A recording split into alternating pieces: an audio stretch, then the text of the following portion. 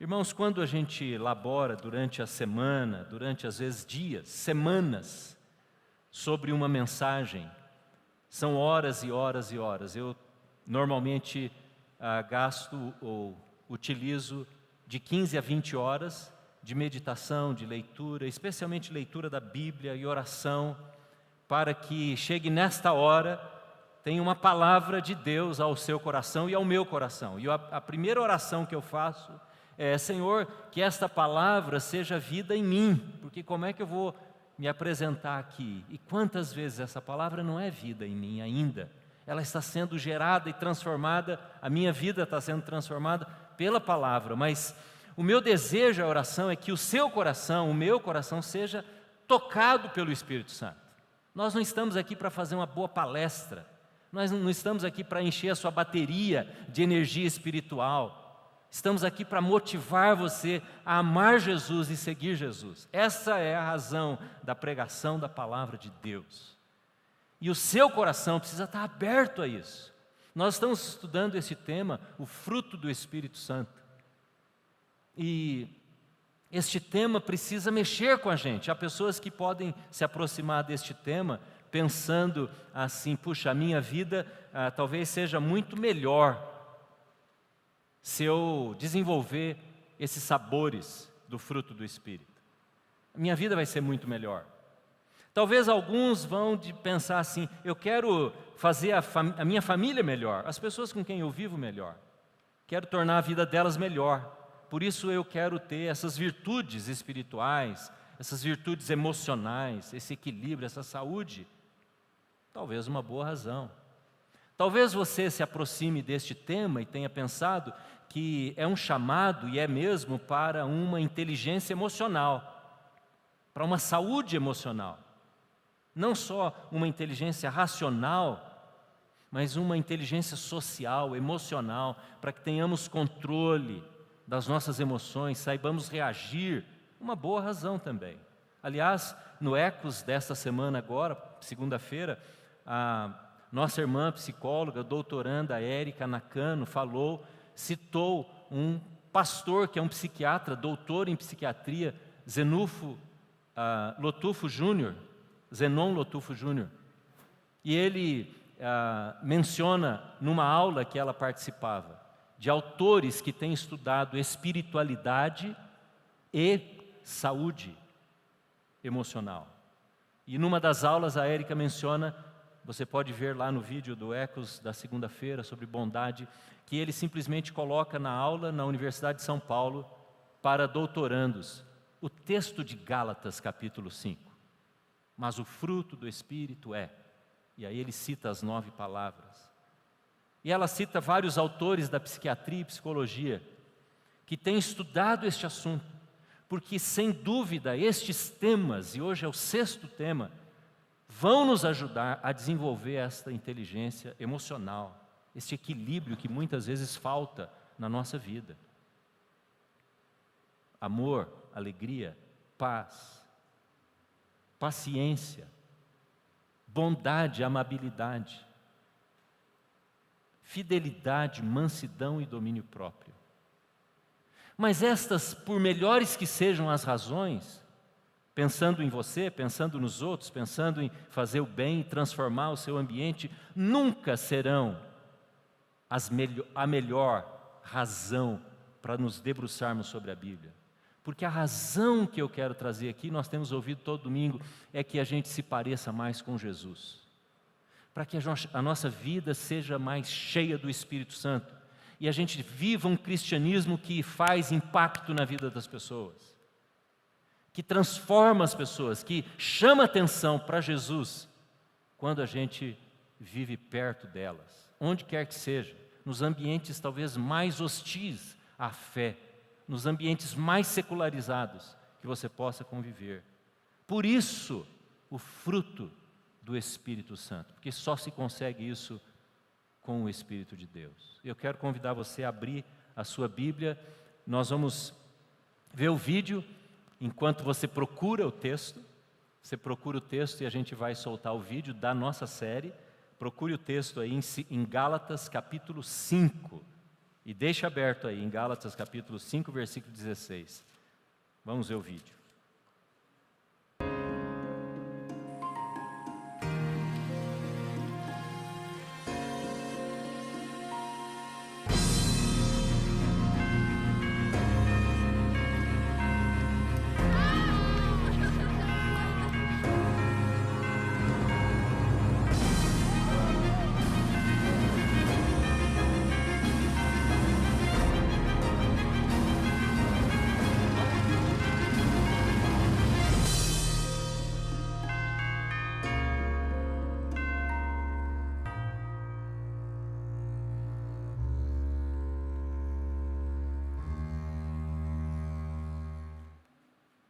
Gálatas capítulo 5, versículo 16 diz: Por isso digo, vivam pelo Espírito e de modo nenhum satisfarão os desejos da carne.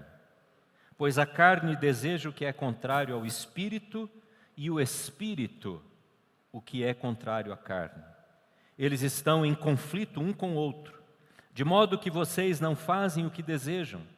Mas se vocês são guiados pelo Espírito, não estão debaixo da lei. Ora, as obras da carne são manifestas: imoralidade sexual, impureza, libertinagem, idolatria e feitiçaria, ódio, discórdia, ciúmes, ira, egoísmo, dissensões, facções e inveja, embriaguez, orgias e coisas semelhantes. Eu os advirto, como antes já os adverti: aqueles que praticam estas coisas não herdarão o reino de Deus. Mas o fruto do Espírito é... Você pode ler comigo? Leia na sua Bíblia, independente da tradução que você tem. Vamos ler. Mas o fruto do Espírito é amor, alegria, paz, paciência, amabilidade, bondade, fidelidade, mansidão e domínio próprio. Contra estas coisas não há lei. Os que pertencem a Cristo Jesus crucificaram a carne com as suas paixões e os seus desejos. Se vivemos pelo Espírito, andemos pelo Espírito. Não sejamos presunçosos, provocando uns aos outros e tendo inveja uns dos outros. Imagine você comigo que amanhã cedo você queira desenvolver uma tarefa, um desafio. E você vai, onde você estiver, lá no seu trabalho ou na sua casa, convencer a pessoa que você está encenando Jesus, ok? Você vai ter essa tarefa amanhã cedo, você vai encenar Jesus.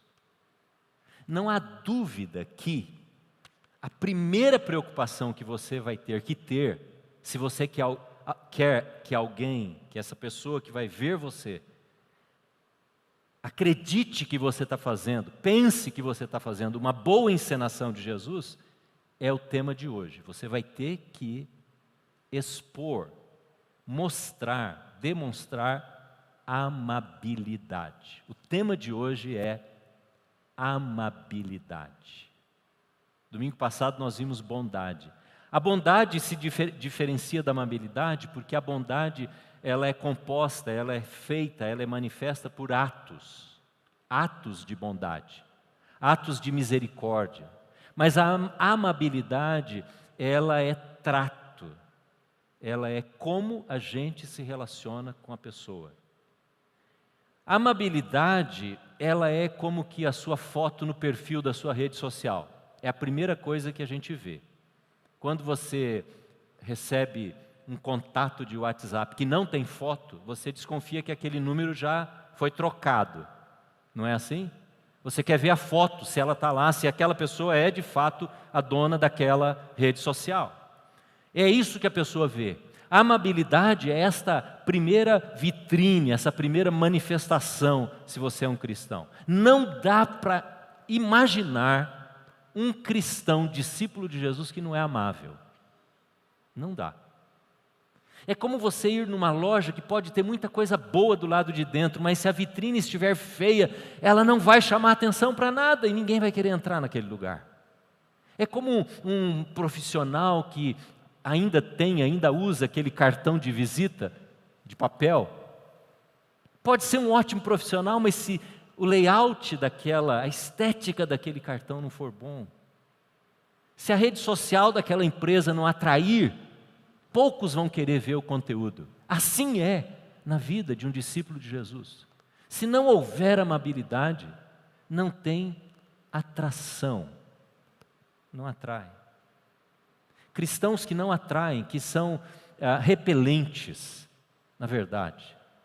As pessoas olham e não querem chegar perto. Se Jesus é isso, se igreja é isso, é ser assim, é agir dessa maneira, eu estou longe, eu estou fora disso.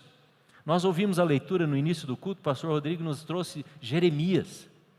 E Jeremias diz naquele versículo: com amor eterno eu os amei, e com benignidade eu atraí vocês. A palavra benignidade ali recede, é a mesma palavra que traz no Novo Testamento a palavra amabilidade.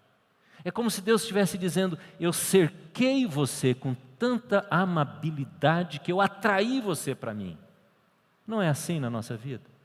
Se você for sincero com o que Deus já fez na sua vida, você vai dizer: o amor de Deus me atrai, a misericórdia de Deus, a amabilidade de Deus, a proteção, o carinho de Deus, o escudo que Deus me oferece, me atrai, eu sou atraído por Jesus. Então a amabilidade, ela significa, talvez em palavras sinônimas, nós poderíamos dizer, gentileza. Amabilidade é a atitude de considerar a outra pessoa, de dar honra à pessoa, de demonstrar carinho, hospitalidade, de receber a pessoa quando nós nos encontramos. Alguém que acolhe a outra pessoa, que ela não se põe como indiferente. Aliás, o melhor antônimo de amor é indiferença, ou de amabilidade é indiferença. Amabilidade é aquele trato que dá dignidade para outra pessoa, que recebe a outra pessoa, independente da posição, independente do comportamento que a pessoa está tendo naquela hora. É o acolhimento e a receptividade. Interessante que as obras da carne mencionadas por Paulo nesse texto, você pode ver aí no versículo 20 do que nós lemos há pouco, ele cita ira, ele cita discórdia, ele cita dissensão e egoísmo. Essas são obras da carne totalmente opostas à amabilidade, ao que ele vai falar depois no fruto do Espírito Santo. Então, a amabilidade é esta maneira como nós podemos iniciar o trabalho que Deus quer fazer na vida de alguém. Comumente nós pedimos para as pessoas aqui na igreja se levantarem quando estão visitando pela primeira vez, não é? Eu não sei se tem algum visitante hoje pela primeira vez, nós não fizemos isso, não foi por nenhuma intenção, mas a gente sempre pede para a pessoa ficar de pé, porque nós queremos conhecê-la. Mas sabe qual é uma das razões, além de receber, de procurar receber bem essa pessoa, sabe qual é a razão? Para que você que está aí assentado, pense como você pode ser amável e receptivo e hospitaleiro para esta pessoa.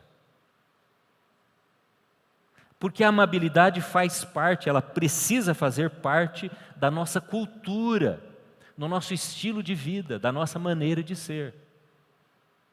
Mas a amabilidade tem alguns conceitos muito errôneos, muito incompletos, vamos dizer assim, nos nossos dias, na nossa cultura, na nossa sociedade. Por exemplo, muitas pessoas podem achar que ser amável é ser bonzinho,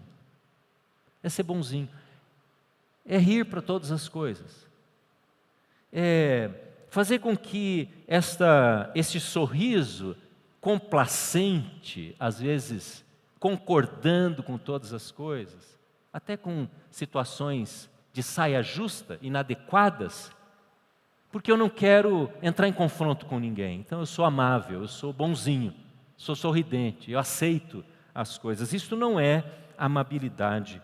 Uma vez Jesus estava conversando com Pedro e Pedro faz uma afirmação para Jesus, dizendo que ele não vai permitir Jesus ir para a cruz, que ele não vai permitir que Jesus cumpra a missão dele. E Jesus diz: afaste-se de mim, Satanás. Você não está cogitando dos meus pensamentos, do propósito do Pai. Jesus o tempo todo era amável e ele continuou sendo amável com Pedro, apesar de dar essa palavra dura. Ele não foi agradável para Pedro naquela hora. Ou em outro momento para Pedro também, quando Pedro diz: não, Jesus, eu não vou deixar de maneira alguma o Senhor se humilhar e lavar os meus pés. Pedro estava querendo talvez ganhar um ponto diante de Jesus, dizendo: Jesus, eu não vou deixar o Senhor se humilhar desse jeito. E Jesus vira para ele e diz: se eu não lavar os seus pés, você nunca vai ter parte comigo. Que palavra dura! E eu me lembro de um salmo, no Salmo 141, versículo muito forte, muito claro. E o salmista diz: fira-me o justo com amor leal através das suas palavras, e eu serei curado. Fira-me o justo com as suas palavras, com amor leal, e eu serei curado. Mas não ponha o ímpio seu óleo sobre minha cabeça, porque isso será doença. Jesus tinha esta sabedoria, porque nele habitava o próprio Espírito, e ele era um com o Espírito Santo, de ser amável o tempo todo, mesmo quando palavras duras eram proferidas por ele. Então, ser amável não é ser bonzinho. Tire esse conceito. O cristão que ama Jesus e que ama as pessoas nem sempre vai ser sorridente ou aceitar, mas muitas vezes ele vai com sabedoria e com palavras de amor leal abordar algum assunto.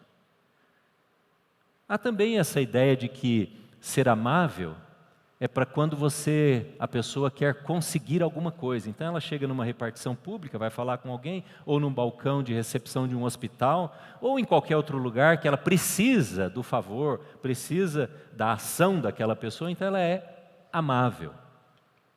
E chega com aqueles tratos que em outro momento ela não traria, não faria, chamando aquela pessoa de querido, de querida, oh meu bem, meu amor.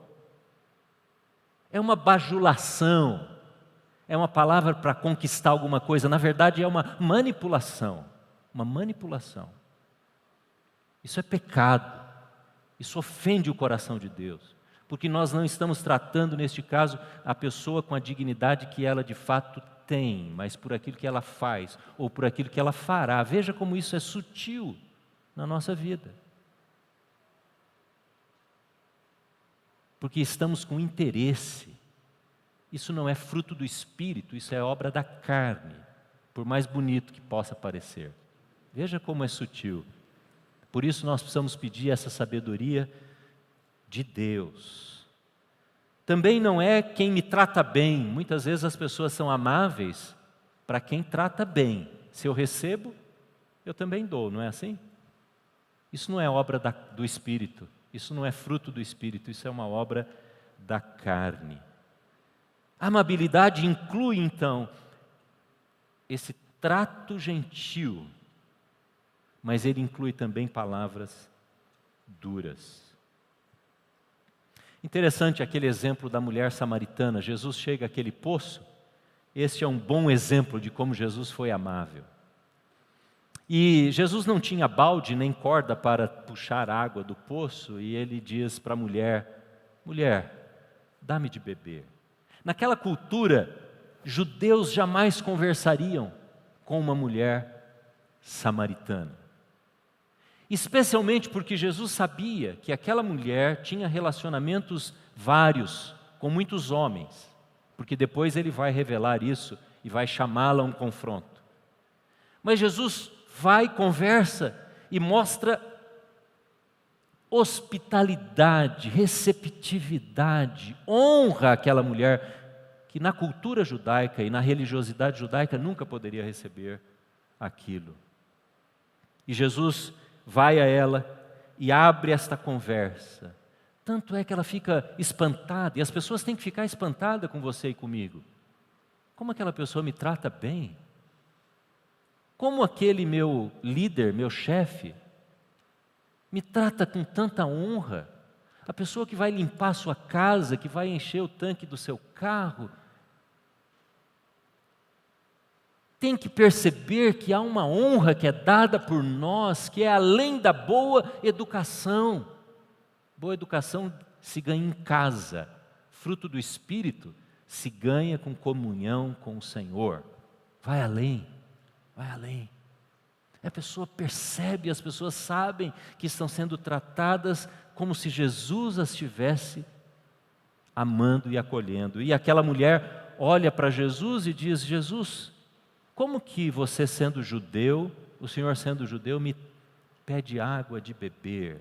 Ela se espanta com a bondade, ela se espanta com a amabilidade de Jesus. E Jesus então conversa com ela. Quais situações parecidas com essa? Jesus cruza a fronteira. Jesus alcança pessoas bem distantes da sinagoga, bem distantes do relacionamento com o Pai. Ele vai buscar quem está em necessidade, quem está à margem. São essas pessoas que Jesus vai buscar. E eu pergunto a você, como é que nós vamos ser amáveis em tempos de polarização política? Nós estamos já em meio a uma polarização como nunca vivemos. A nossa geração nunca viveu no Brasil. Ontem eu estava aqui na porta da igreja, na hora do almoço, e passou uma manifestação aqui na Manuel Goulart. E dava para ver quem estava aqui nesta quadra, na loja aqui na frente, passando pela rua, pessoas olhando, e você podia ver aqueles raios fulminantes contra aquelas pessoas que estavam naquela manifestação, por polarização política. Casas irão se dividir, pessoas irão entrar em cisão, em facção, em briga doméstica, se já não estão fazendo isso, por causa de polarização política. Por isso aqui na nossa igreja, neste púlpito, nunca nós iremos dizer: você tem que votar neste candidato, ou tem que seguir este partido, ou tem que ser desta ala, desta linha, desta tendência. E você nunca deveria, nós nunca deveríamos usar de ironia, de deboche, de desprezo para quem pensa diferente de nós. Porque todos esses nomes passarão, todos esses líderes vão morrer. Daqui a alguns anos eles não vão existir mais, e nós também não. Mas o nosso testemunho e impacto vão permanecer, e às vezes vão marcar gerações, filhos, netos, se não formos amáveis. Como é que nós vamos? Olha uma outra questão aqui. Como nós vamos ser amáveis em tempos de polarização ideológica? Eu estou falando especialmente da questão da ideologia do gênero. Como é que nós estamos já hoje reagindo e respondendo a essa situação que é tão presente e nova, vamos dizer assim, desta maneira, com este impacto na nossa sociedade e nas nossas igrejas? Interessante que não há nenhum relato na Bíblia, nos Evangelhos, de Jesus conversando com um gay, com ninguém do movimento LGBT, não tem. Mas Jesus tem algumas conversas, como com aquela mulher samaritana, onde ele cruza a fronteira e ele vai buscar pessoas, ou pessoas que chegam a ele, em uma situação moral muito diferente daquilo que ele foi criado pelos seus pais e daquilo que ele pregava e ensinava e exigia para os seus discípulos. Quando aquela mulher adúltera é trazida Para Jesus, lembra dos acusadores que vieram com a mulher pega em adultério? Aos acusadores, Jesus fala com amabilidade e força. Quem não tiver pecado, atire a primeira pedra. Por que Jesus está falando isso? Porque para Jesus não é padrão moral que aproxima alguém de Deus e torna uma pessoa salva. Aqueles homens poderiam ter padrões morais, religiosos altíssimos, cumprimento da lei, e eles a estavam trazendo para Jesus, para que Jesus, assim como eles estavam fazendo, a condenassem. E Jesus chama aqueles homens com amor e benignidade e misericórdia ao arrependimento. Jesus está dando uma chance a eles, não é verdade? Atirem a primeira pedra quem estiver sem pecado. Jesus está dizendo, você precisa se arrepender porque você é pecador, é isso que ele está dizendo. O seu padrão moral não te aproxima de Deus. Nunca padrão moral aproxima uma pessoa de Deus. O que aproxima uma vida de Deus é Jesus, o nosso Senhor e Salvador. É através da graça que somos salvos. Cantamos há pouco. Então Jesus trata com amor os acusadores. E o que ele fala para a mulher? Essa mulher destituída de uma posição social, acusada, essa prostituta. Jesus olha para ela e depois de alguns minutos diz, mulher, onde estão os teus acusadores? Jesus dá a oportunidade daquela mulher responder a ele. Jesus abre a conversa. E ele diz, ninguém a condenou, eu também não a condeno. Mas ele impõe um padrão. Se você quer me seguir, se você quer ser minha discípula, vai e pare de pecar. Ah, sim, agora ele está falando com quem é discípulo. Com aqueles que não queriam ser discípulos, ele diz, dá uma palavra de alerta e condenação. Mas se aquela mulher agora quer segui-lo, ela precisa renunciar à sua vida. Como diz o apóstolo Paulo aqui, os que pertencem a Cristo Jesus, versículo 24, crucificaram a carne com os seus desejos. Ah, então agora estamos falando com um crente em Jesus, com um discípulo de Jesus. Então vou criar agora um cenário para nós aqui. Vamos imaginar que entre na porta de uma igreja evangélica, uma igreja cristã, 2 casais para participar do culto, que são desconhecidos daquela comunidade. Um casal é homossexual e um casal é heterossexual. E eles 2 passam pela porta e vêm para o culto. A pergunta que eu faço a você é, qual dos 2 casais tem mais possibilidade de ser tratado com amabilidade? Bem, eu não sei o que você vai responder, mas provavelmente a maioria diria o casal hétero. Porque nós já pressupomos, às vezes sem conhecer, que aquele casal, sendo hétero, tem mais chance de estar agradando a Deus. Aquele casal pode estar fornicando, sexo entre pessoas solteiras. Aquele casal pode estar adulterando, falando da sexualidade, né? Podia estar fazendo muitas outras coisas. Aquele casal pode estar totalmente envolvido em pornografia, em pedofilia ou qualquer outra coisa. Mas aos nossos olhos, os nossos padrões que estamos habituados, que talvez fomos criados, este casal seria tratado com amabilidade. Enquanto que o outro casal iria receber olhares de condenação ou de estranheza. Ou então, este casal também poderia ser tratado com uma fake amabilidade. Fake, falsa. Porque isso também está acontecendo no meio da igreja. Pessoas que não querem conflito e entenderam agora, já assimilaram que precisa ter um comportamento politicamente, socialmente aceito. Então, é a opção da pessoa, eu preciso amá-la do jeito que ela é e ponto final.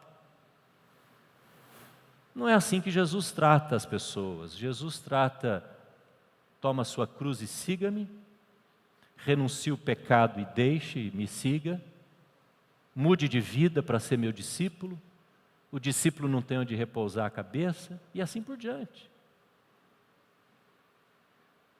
Então, a igreja precisa ter olhos amáveis para toda pessoa que busca a Jesus, com quem nós nos encontramos. E especialmente aqueles que não buscam a Jesus, porque é para esses que a gente precisa fazer, é nestes que a gente precisa fazer a diferença. Porque Jesus no Sermão da Montanha diz, se você amar aqueles que te amam, que recompensa haverá? Até os publicanos, aqueles que estão mais distantes dos padrões religiosos, também amam. Qual vai ser a vantagem de se tratarmos com amabilidade as pessoas que nos amam? Que estão mais adequadas e adaptadas ao nosso ambiente. Agora, se este casal ou aquele outro casal quiser seguir a Jesus, então o padrão é bíblico. O padrão será bíblico para a vida deles. E eles vão ouvir e terão que ouvir de você, de mim, de todos, o que é que Jesus requer do discípulo, daquele que quer segui-lo, que quer viver debaixo do seu reino, da sua autoridade.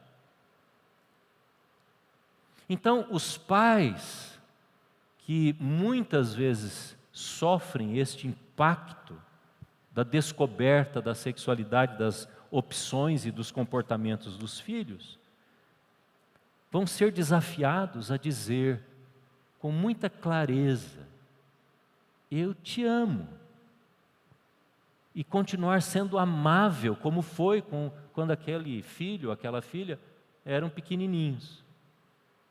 Mas ao mesmo tempo dizer, este não é o propósito de Deus para a sua vida. E eu não estou falando apenas da sexualidade, estou falando de qualquer outra coisa, qualquer outro tema da vida. Como fazer isso? Como ter essa sabedoria, irmãos? Eu pergunto a você, como? Se não for numa dependência da sabedoria que é dada pelo Espírito de Deus. Se não nos ajudarmos mutuamente, se não nos apoiarmos mutuamente, para poder cumprir esse processo. Há pessoas que hoje leem a Bíblia, mas quando chega na hora de ver uma rede social que defende o movimento LGBT, dá o like. Como pode isso? Agora, eu daria um like, porque like é gosto, significa gosto, para a pessoa que se aproximar de mim dizendo, olha, eu optei pela vida assim. Eu decidi ser isso. E eu teria que ser, seria desafiado e teria que dizer, eu dou um like a você. Porque Jesus dá um like a você. Porque se Jesus estivesse na porta de qualquer igreja, Ele amaria e mostraria amabilidade a qualquer pessoa que ali chegasse. Então, como ter essa sabedoria? Como ter esse comportamento? Essa é a igreja de Jesus. Esse é o fruto do Espírito que Deus espera que eu e você tenhamos. Não para sair dando like, aprovação de qualquer coisa que aparece, qualquer tendência ou qualquer polarização na sociedade. Os cristãos não sabem dizer não, não sabem dizer isso está errado. Perderam essa habilidade de responder com uma mente bíblica cristã. Reagem do ponto de vista da cultura. A pressão da cultura muda a cabeça. muda os posicionamentos. Até que chega a hora que enfrentamos dentro da nossa casa, não é verdade? Então, este pensamento bíblico, irmãos, é o que o fruto do Espírito nos chama. Não o pensamento da cultura. Porque a cultura sempre vai dar vazão à carne, ao eu. Sempre vai ser para agradar o eu. Pode ser o eu da sociedade, o eu coletivo, ou o eu pessoal. Sempre.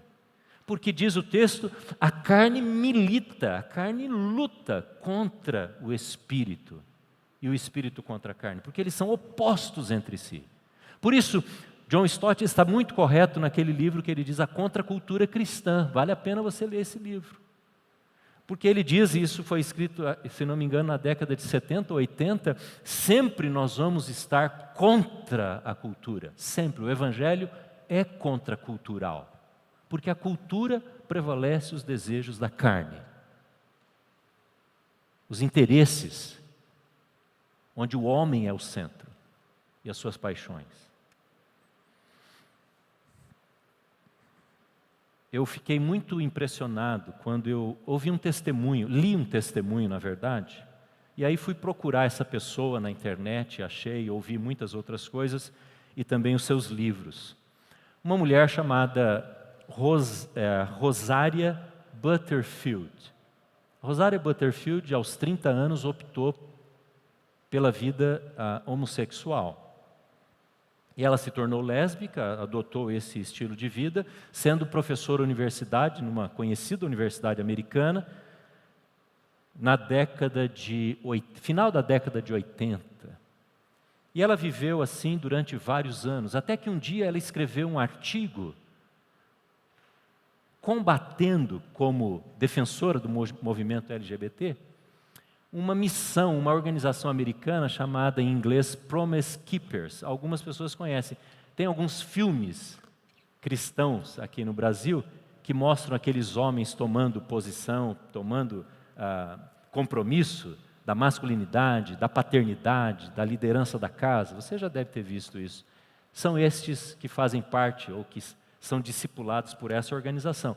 E a Rosaria Butterfield, ela escreveu um artigo criticando duramente esse posicionamento que, segundo ela, era machista naquele tempo, no ano de 97. E quando ela escreveu esse artigo num jornal de uma região dos Estados Unidos, onde ela morava, ela foi duramente combatida. Mas também ela foi pesadamente apoiada. E ela recebeu inúmeros e-mails, cartas que vieram para ela, alguns criticando-a, outros apoiando-a.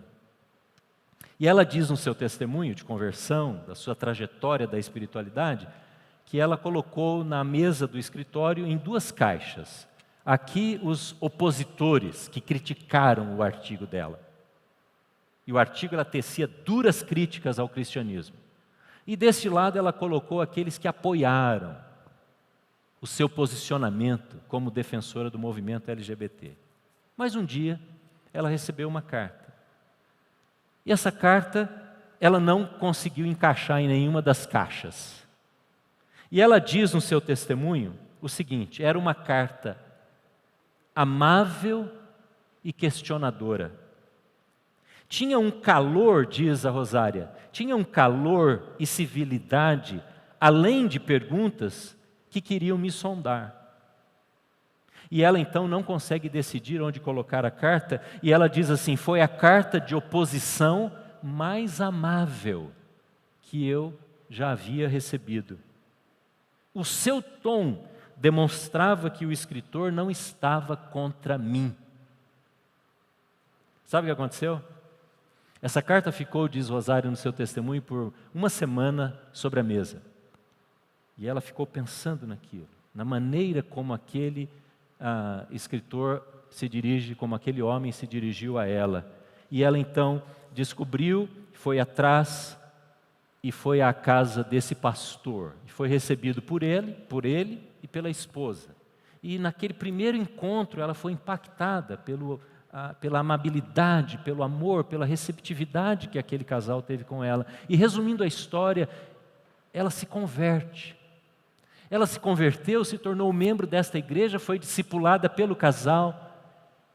E depois de 2 anos, deixando a vida da homossexualidade, se tornou membro daquela igreja, foi batizada, e você pode ouvir o testemunho dela na internet, ou comprar um dos seus livros, publicados inclusive no Brasil.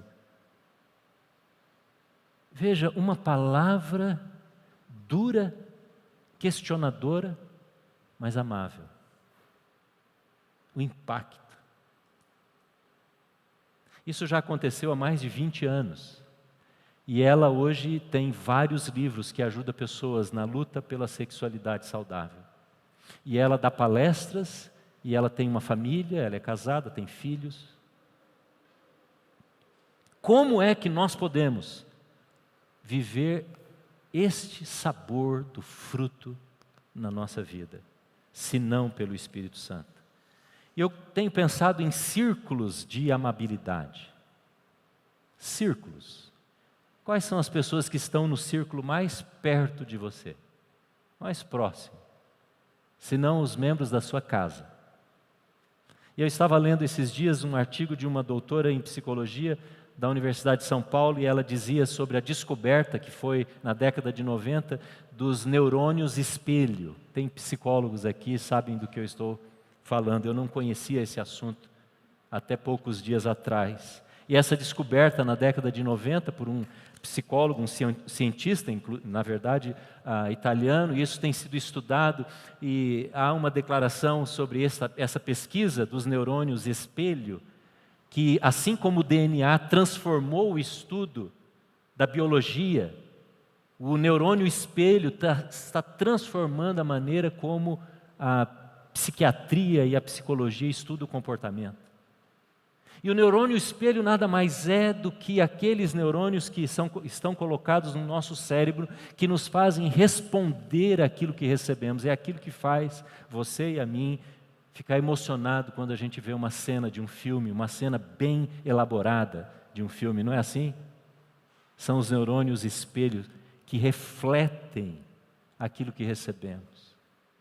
E Jesus, sabendo disso, e a palavra de Deus sabendo disso, por isso os cientistas olham agora para a Bíblia e dizem, isso aqui é de fato o que nós precisamos entender na psicologia e na psiquiatria.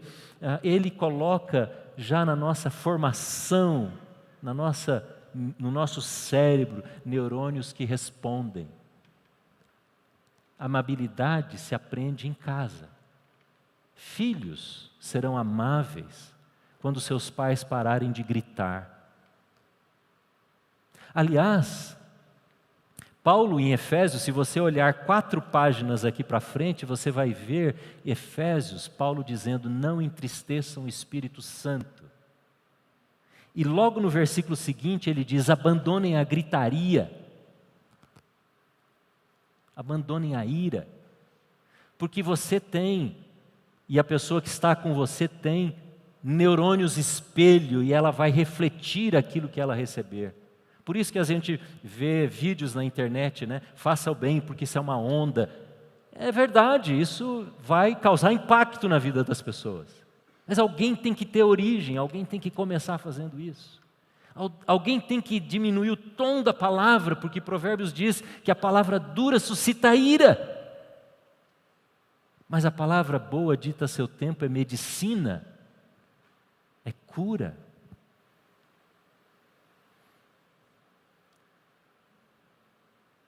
Os círculos da amabilidade. As pessoas que estão próximas. Aquelas pessoas que aparecem na nossa frente ocasionalmente. A gente não vai vê-las de novo. Pessoas que cruzam com a nossa vida amanhã. Eu quero dar a você 3 palavras para finalizar. A primeira palavra é decidir. Decidir. Eu e você precisamos decidir se nós vamos querer ser cheios do Espírito para manifestar esse sabor do fruto. A decisão. Crentes, discípulos de Jesus, cristãos, não são automaticamente cheios do Espírito. Veja, eu quero pontuar isso aqui, eu quero dar para você uma visão do Espírito Santo, uma visão pneumatológica, do que a Bíblia fala sobre o Espírito Santo. Deus já colocou a pessoa do Espírito Santo em nós, mas Ele não colocou o controle do Espírito Santo em nós. Isso é totalmente diferente. Você não recebe, nem eu recebo, uma parte do Espírito Santo. Você recebe uma pessoa por inteiro na sua conversão. Isso não depende de experiência, não depende de falar em línguas, não depende de ter uma experiência sobrenatural. Isso depende do encontro com Jesus e de abrir a vida a Cristo e dizer: eu quero ser de Jesus, eu recebo como meu Salvador e Senhor. O Espírito Santo vem sobre nós. Nós passamos a ser templo do Espírito, casa, morada do Espírito. Mas o Espírito Santo não tem controle, a partir daí, automaticamente sobre a nossa vida. Veja isso. Você e eu precisamos decidir. Porque a Bíblia está cheia de recomendações. Não apaguem o Espírito, não entristeçam o Espírito, se encham do Espírito. São ordens. E você e eu, muitas vezes, na passividade espiritual, na indolência espiritual, no conformismo espiritual, nós não decidimos que queremos isso, que pedimos isso e que obedecemos essa ordem. Somos passivos, vamos vivendo a vida como queremos. Eu quero chamar você para uma decisão, convidar você a se arrepender, a dizer: Senhor, eu estou vivendo na carne, o que eu tenho manifesto é muito mais obra da carne do que fruto do Espírito. Não posso viver assim, Senhor. Viver julgando, criticando, debochando, desprezando as pessoas.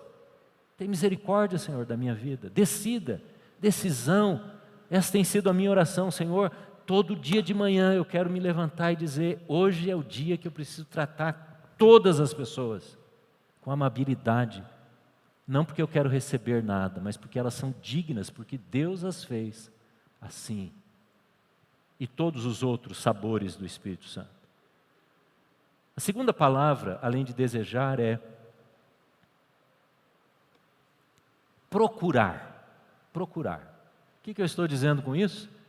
Procure as oportunidades. Olhe, abra os olhos. É a pessoa que chega para você, que chega com uma necessidade, que chega falando do Covid, que chega dizendo de uma angústia, de um problema, ou que não fala nada, e é a oportunidade de você e eu olharmos para essa pessoa. Procure oportunidades. Aqui dentro, irmãos, deixa eu dizer, aqui dentro. Se você é daquelas pessoas que se levanta e sai o mais rápido possível pela porta, você está perdendo a oportunidade. Está perdendo a oportunidade. Isso não é igreja. A gente estava falando esses dias, a nossa igreja o prédio da nossa igreja é muito inadequado para a convivência. Tem igrejas que você sai, na porta tem um hall imenso, um lugar de tomar cafezinho e de conversar, de bater papo. Nossa igreja não é assim. Então nós temos que nos esforçar mais ainda para encontrar as pessoas, e aquelas pessoas que você não sabe o nome, que você vê todo domingo aqui, mas você não conhece nada dela, é para essas pessoas que você pode usar a oportunidade. Saia da passividade, saia dessa mornidão, seja amável, seja caloroso, receba as pessoas, ame as pessoas, demonstre para elas que elas são importantes. Tome uma decisão dessa semana, mandar uma mensagem para alguém, manda um WhatsApp, telefona, faz alguma coisa e diz: olha, eu senti sua falta, eu amo você, não te conheço muito bem, mas quero dizer, Deus te abençoe. Pronto, só isso. Não precisa mais que isso para começar. E a terceira palavra, a primeira é decidir, a segunda é olhar ou buscar. E a última é recomeçar. Sabe por que recomeçar? Porque você e eu vamos pisar na bola. Vamos pisar na bola. Você vai falar azedo com a sua mulher essa semana, com o seu marido, com certeza. Você não vai tratar com amabilidade todas as pessoas, mas você pode recomeçar e dizer: Senhor, perdi a chance. Estava na porta do gol, né? Na frente da trave, e joguei a bola para fora. Não acertei, não fiz o que devia ter feito, mas eu vou recomeçar. Vou pedir uma nova oportunidade para o Senhor. Eu quero terminar voltando para Jesus. Aquela mulher samaritana, que se fosse um judeu comum, nem teria sido alvo do cuidado, da palavra, da amabilidade. Sabe o que aconteceu com ela? Ela foi tão impactada pelo amor transbordante de Jesus, pela dignidade que Jesus deu a ela. Sabe o que aconteceu? Ela se tornou uma discípula de Jesus. Ela foi a primeira missionária enviada para o seu próprio povo.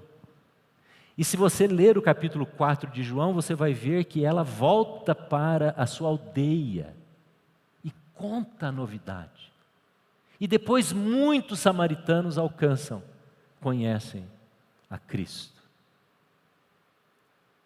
Eu queria perguntar a você, se essa samaritana, que a gente vai encontrar amanhã aí, pela vida, pela rua, pelo trabalho, na família, se essa samaritana que a gente encontra, ou se esse samaritano que a gente cruzar na nossa vida, depender da nossa amabilidade para ser tocado pelo Evangelho, isso vai acontecer ou não? Mas pastor, eu vou ficar 30 segundos com a pessoa no caixa do supermercado, que impacto que eu vou causar na vida dela? Não compete a você fazer essa pergunta, nem a mim. Nem a mim. Porque pode sair uma conversa daquela rápida passagem. Pode não sair nada. Não importa. Porque pode ser que alguém, depois de você, passe por aquele caixa e diz: você conhece aquela pessoa que passou ali? Diga: ela é da igreja tal. E aí aquela pessoa que passou por você vai optar por ser atraído ou por ser repelido. Veja, o que nós vamos fazer com samaritanos e samaritanas que passam perto de nós? O que nós vamos fazer com as pessoas que estão polarizadas com as quais nós encontramos? O quê? Essa é a nossa resposta, é a nossa pergunta para essa noite. Alguns quadros apresentam Jesus com um rosto bastante feminino. Na pintura, várias identidades de Jesus têm esse rosto, é um amável fraco. Não porque o rosto feminino é fraco, mas porque há uma deformação no rosto de Jesus, uma falta de clareza no que ele está transmitindo. Se é fraqueza, se é amor, se é amabilidade. O cristão não é assim. O cristão reflete beleza de Cristo. Tem hora que a palavra é doce, tem hora que a palavra é dura. Essa é a sabedoria do alto. Porque era assim que Jesus era. É assim que nós temos que ser. Eu conclamo você, em nome de Jesus, a sermos a igreja da amabilidade. E as pessoas vão se tornar testemunhas do poder do Evangelho.